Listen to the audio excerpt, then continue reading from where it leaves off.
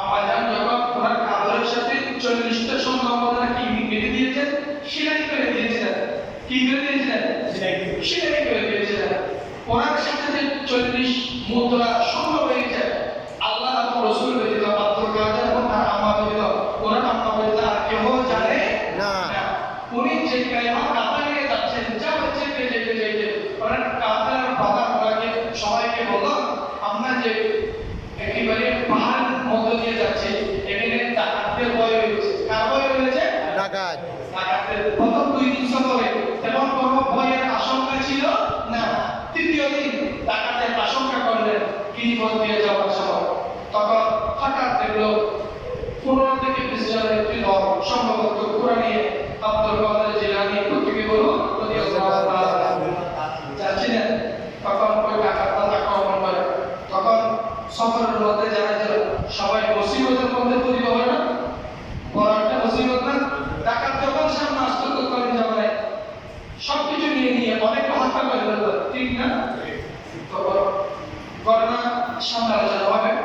ওই ডাকাত সবার কাছ থেকে শত্রু নিয়ে নিল।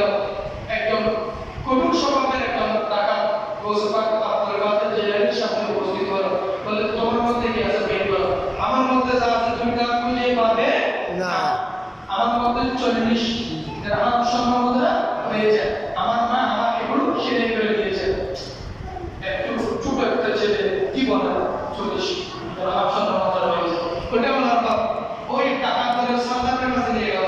ডাকাতের সামনে বলল যে তোমার মধ্যে কি আছে বাইরে করো। আমার সাথে 40 দিরহাম সম্মাননা রয়েছে। 40 টুকরা কিনেছে সম্মাননা রয়েছে। তো ডাকাত সামনে জিজ্ঞাসা করলো, তোমার মধ্যে যে স্বর্ণ হয়েছে ওগুলো আমরা জানতাম না, ওগুলো আমরা কি জানতাম না, তুমি এটা শেয়ার করলে কেন? বলে যে আমার মা আমাকে ঘর থেকে বাইরে হওয়ার সময় বলেছিল, বাবা কখনো মিথ্যা কথা বলবে না, কখনো কি হবে না, মিথ্যা কথা বলবে না। আমার মা নিষেধ করেছে মিথ্যা কথা না বলার জন্য। আমি যাচ্ছি এলম তলব করার জন্য বাগদাদ শহরে। কোথায় যাচ্ছি? বাগদাদ শহরে এলম তলব করার জন্য যাচ্ছি। আমি যদি মিথ্যা বলি তাহলে এলম তলবের পূর্ণতা কখনো আসবে না। ডাকাত সর্দার এই কথা শুনে আর সে যদি সামান্য তার মায়ের কথা মানতে পারে যে রব আমাকে সৃষ্টি করেছে, আমি তো অসংখ্য মানুষের জীবন দিয়েছি, অসংখ্য মানুষের সম্পদ ডাকাতি করে নিজের মধ্যে সংরক্ষণ করেছি, সুখ শান্তি জীবন যাপনের জন্য, দীর্ঘ জীবনের জন্য, সচ্ছলতার জন্য। হায় আল্লাহ, যে সন্তান মাকে ভয় পায়, আমি তো আমার আল্লাহকে, আমার সৃষ্টিকর্তাকে ভয় পাই না। এটা তার মনের মধ্যে কি আসলো? ভয় চলে আসলো। এটা নকবে বলছে মুসিবতে পড়ে আমরা ডাকি তোমায় বাস্তাগীর। আমরা যখন মুসিবতে পড়ে কাকে ডাকি? গোসবাককে ডাকি। যারা বলে গোসবাককে ডাকলে, আচ্ছা গৌস শব্দের অর্থ সাহায্যকারী। গৌস শব্দ কি? কথা বলেন, গৌস শব্দ কি? সাহায্যকারী। আমাদের সাহায্যকারী মাত্র তিনি কে? আল্লাহ। আল্লাহর বহুবচন অসংখ্য নাম রয়েছে। এই গৌস নামটা আল্লাহ চাইলে আল্লাহর নামের সাথে দিতে পারতেন না? পারতেন। তিনি কি ওনার নামের পাশে গৌস শব্দ লাগিয়েছে? লাগান নাই। উনি কি এটা লাগান নাই? গৌসবাক সাহায্য করেন। কিভাবে সাহায্য করেন? আল্লাহর কাছ থেকে নিয়ে আল্লাহর বান্দাকে সাহায্য করেন। সুবহানাল্লাহ। আল্লাহর কাছ থেকে নিয়ে কাকে সাহায্য করেন? আল্লাহর বান্দাকে। এজন্য কবি বলা হয়েছে মুসিবতে পড়ে আমরা ডাকি তোমায় বাস্তাগীর। মুহূর্তে উদ্ধার করো আমার বড় পীর। মোদের বড় পীর নাই কোনো না বিশ্বে তোমার, নাই তুলনা বিশ্বে তোমার। পীরানা পীরাসানি আব্দুল কাদের জিলানী ওয়ালি দিগার রাজা মুখারজ, ওয়ালি দিগার রাজা মুখারজ। লাউ মুদের সালাম খানি আব্দুল কাদের জিলানী, আব্দুল কাদের জিলানী। যাই হোক, হযরত গৌস পাক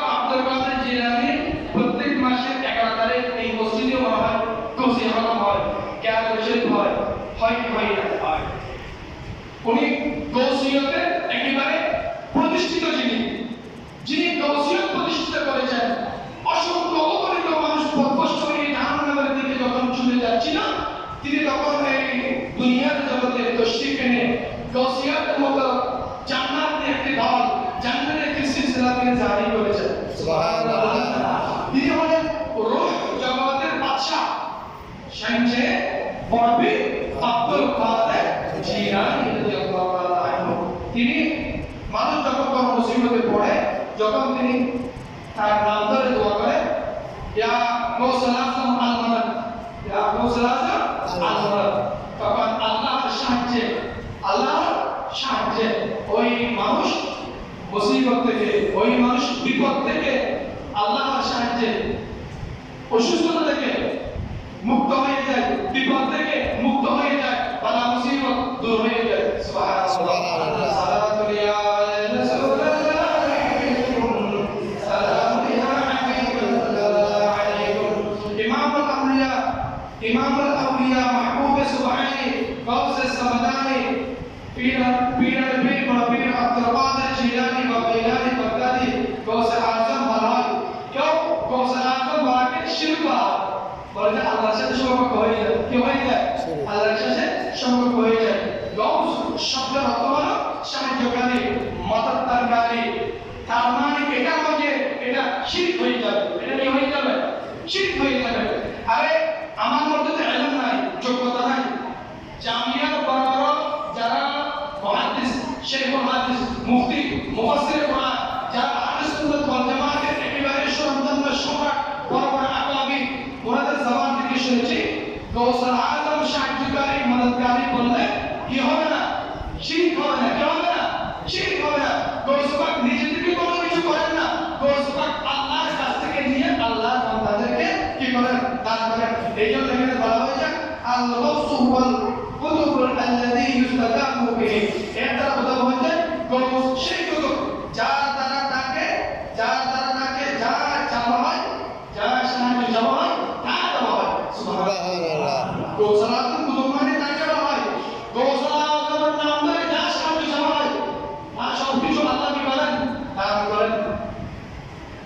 গাউস অর্থ মহান সাহায্যকারী, বিশেষত নবী প্রেমিক, ওলি প্রেমিক, সকলেই এক বাক্যে স্বীকার করে গাউসুল আযম আল্লাহর বড় সাহায্যকারী, বড় সহায়তাকারী, সবাই এক বাক্যে এই শব্দটা মেনে নেয়। হাদিস শরীফের মধ্যে এসেছেন হযরত গাউসুল আযম আব্দুল কাদের জিলানী রাদিয়াল্লাহু তাআলা আনহু যখন দুনিয়ার জমিনে তশরীফ আনতেছিলেন, তখন শিয়া, হানাফি, রাফিজি, মুতাযিলি, আহলে সুন্নাত ওয়াল জামাতের আকীদাবিদ যারা ছিল, তারা সমগ্র বিশ্বের মধ্যে ইসলামী একটি রাষ্ট্র আরেকটি রাষ্ট্রকে, ইসলামী একজন সুলতান আরেকজন সুলতানকে, ইসলামের একজন সম্রাট আরেকজন সম্রাটকে সাহায্য করতেছে না, সহযোগিতা করতেছে না। একে অপরের প্রতি হিংসা, বিদ্বেষ, মারামারি, কন্দলের মধ্যে লিপ্ত। প্রত্যেকটা মুসলিম রাষ্ট্রে এক মুসলিম রাষ্ট্র অপর মুসলিম রাষ্ট্রের সাথে ভালো সম্পর্ক ছিল না। মুসলমান পরিবারের মধ্যে ভালো সম্পর্ক ছিল না। ভাই ভাইয়ের মধ্যে ভালো সম্পর্ক ছিল না। এরকম কঠিন মুহূর্তের মধ্যে আল্লাহ তাআলা ইসলাম বিশ্বকে ইহুদিদের হাত থেকে, কাফেরদের হাত থেকে, নাসারাদের হাত থেকে রক্ষার জন্য, ইসলামী শাসকদের কলবকে জিন্দা করার জন্য, কাকে জিন্দা করার জন্য? ইসলামী রাষ্ট্রের শাসকদের কলব মরে গেছে। কি হয়ে গেছে? মরে গেছে। দুনিয়ার লোভে, নারীর লোভে, টাকার লোভে, ক্ষমতার লোভে মরে গেছে। ওই মরা কলবকে জিন্দা করার জন্য আল্লাহ সেই পীর দস্তগীর বরবি আব্দুল কাদের জিলানীকে দুনিয়ার জমিনে তশরীফ পাঠিয়েছেন। মুসলিম জাতিকে কি করার জন্য? এক করার জন্য। কি করার জন্য? এক করার জন্য। আপনারা যারা ফেসবুক চালান, যারা টিভি চ্যানেলে খবর দেখেন, আপনারা অবগত হয়েছেন ফিলিস্তিনের সাহায্যের জন্য বিশ্বের সমস্ত ম্যাক্সিমাম রাষ্ট্র থেকে মানবাধিকার কর্মীরা একজোট হয়ে এরা বিভিন্ন জাহাজ নিয়ে রওনা হয়েছে, বিভিন্ন খাদ্য দ্রব্য, শিক্ষা, চিকিৎসা সামগ্রী নিয়ে। আপনারা জানেন কি জানেন না? জানি। ইসরায়েলি বর্বর বৈষয়িক সরকার অসংখ্য জাহাজ লুণ্ঠন করেছে, বাধা দিয়েছে, অনেক জাহাজ তারা আটকে দিয়েছে, যাইতে পারে নাই। কিছু জাহাজ ওদের বাধা টপকিয়ে ফিলিস্তিনের সাহায্যের জন্য পৌঁছে গিয়েছে, ঠিক না? একটা প্রশ্ন করি, এতগুলো জাহাজ খাদ্য নিয়ে, স্বাস্থ্য সামগ্রী নিয়ে, ছোট বাচ্চাদের খাবার নিয়ে তারা যাচ্ছে, প্রত্যেকটা মুসলিম রাষ্ট্র থেকে যদি একটা একটা নৌবাহিনী বহর বাইরে হয়, ওই ইহুদির বিপক্ষে, ওই গাজাকে সাহায্য করার জন্য, ফিলিস্তিনকে সাহায্য করার জন্য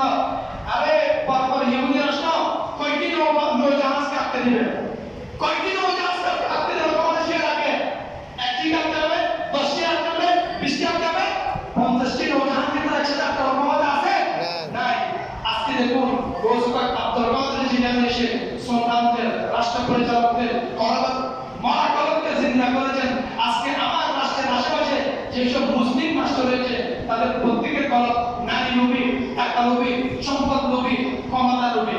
এটার মধ্যে এগুলো ছাড়া মুসলিমরা বিভিন্ন প্রান্তে বিশ্বের বিভিন্ন জায়গায় নিপীড়িত হচ্ছে, বঞ্চিত হচ্ছে, বঞ্চিত হচ্ছে, প্রতারিত হচ্ছে, হেনস্থার শিকার হচ্ছে, মানবাধিকার তাদের প্রতি বারবার জুলুম করা হচ্ছে। মুসলিম নেতাদের কোনো খবর নাই, মুসলিম নেতাদের কোনো খবর আছে? এরা সুন্দর সুন্দর ইহুদি নারী নিয়ে আছে, এরা সুন্দর সুন্দর ইহুদি নিয়ে আছে, নারী নিয়ে আছে, ক্ষমতা নিয়ে আছে। রিসিভ তাইয়িব এরদোগান যদি এখন আমেরিকার বিপক্ষে যুদ্ধ ঘোষণা করে, সর্বপ্রথম দেখবেন আমাদের মুসলিম মহাকাব্যগুলো তার বিপক্ষে চলে গেছে। ঠিক গাদ্দাফিকে, গাদ্দাফি কথা আপনাদের মনে আছে? গাদ্দাফি একটা কথা বলে দিই, গাদ্দাফির রাষ্ট্রের মধ্যে শিক্ষা ছিল ফ্রি, শিক্ষা ছিল কি ফ্রি, চিকিৎসা ছিল কি ফ্রি, গাদ্দাফি প্রত্যেক মাসে টাকার একটা পাতা ছিল, টাকার একটা কি ছিল পাতা ছিল, পাতা ছিল। খাদ্য ফ্রি থাকলে, চিকিৎসা ফ্রি থাকলে, তারপর আপনার মাসিক একটি পাতা থাকলে আপনার চাইলে আপনি একটি গাড়ি সরকারি গোদাম থেকে সরকারি আপনার দেশে দাবি করে ভালো বলে যে কোনো ধরনের গাড়ি আপনি নিতে পারেন। চাইলে আপনি যখন ইচ্ছা তখন সরকারের কাছ থেকে যে কোনো সাহায্য আপনি পেতে পারেন। ওই রাষ্ট্রের মধ্যে মানুষ এতই সুখে শান্তিতে ছিল, তারা বলে যে গাদ্দাফিকে আমরা আমাদের রাখতে চাই না। গাদ্দাফিকে আমেরিকা হামলা করে, সন্ত্রাস করে, হত্যা করেছে। কি করেছে বাবা? হত্যা করেছে। আজকে ওই দেশে গিয়ে দেখেন নারীরা দর্শিত, নারীদের কোনো সেফটি নাই, মানুষের অর্থনীতি কোনো সেফটি নাই, মানুষের জীবন ব্যবস্থার কোনো সেফটি নাই, মানুষের জাতীয়তার কোনো সেফটি নাই, মানুষের কার্যবাসের কোনো সেফটি নাই, মানুষের জীবনযাত্রার মান একেবারে ত্বরান্বিত। বিশ্বে জীবনযাত্রার মান কোথায়? ত্বরান্বিত। অর্থনৈতিক মান কোথায়? ত্বরান্বিত।